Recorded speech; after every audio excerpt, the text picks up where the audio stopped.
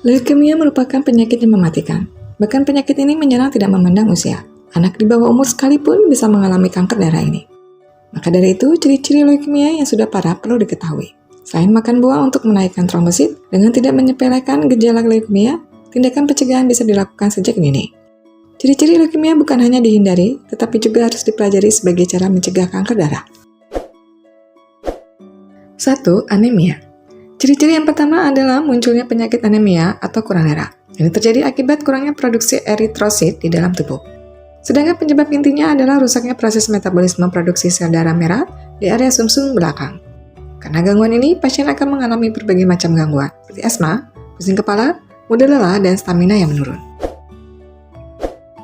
2. Daya tahan tubuh lemah. Ciri-ciri leukemia yang sudah parah selanjutnya ialah daya tahan tubuh lemah. Hal ini disebabkan oleh sel darah putih tidak bisa lagi berfungsi sebagai imunitas tubuh.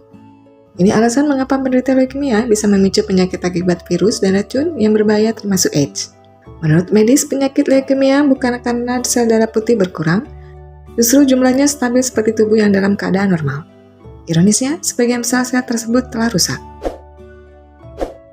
3. Gangguan pembekuan darah. Jika mengalami gangguan pembekuan darah, maka segera lakukan tes darah di rumah sakit. Karena itu bisa menjadi pertanda terjadinya leukemia. Menurut riset medis, ternyata leukemia terjadi akibat trombosit yang rendah. Sehingga metabolisme justru memproduksi leukosit abnormal. Akibatnya, seluruh produksi darah merah juga terhambat.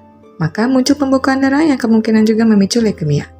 Jika gejala dan ciri-ciri anemia ringan muncul, ciri-ciri lain yang mengikutinya juga cukup banyak. Sebut saja mimisan dan bintik merah di area kulit. 4. Pembengkakan kelenjar getah bening. Gejala penyakit leukemia selanjutnya adalah kelenjar getah bening. Pasien bisa mendeteksinya di area leher, ketiak, dan pangkal paha. Karena di sanalah refleksi dari radang pada kelenjar tersebut. Jika gejala ini sudah muncul, biasanya kanker darah sudah menyebar.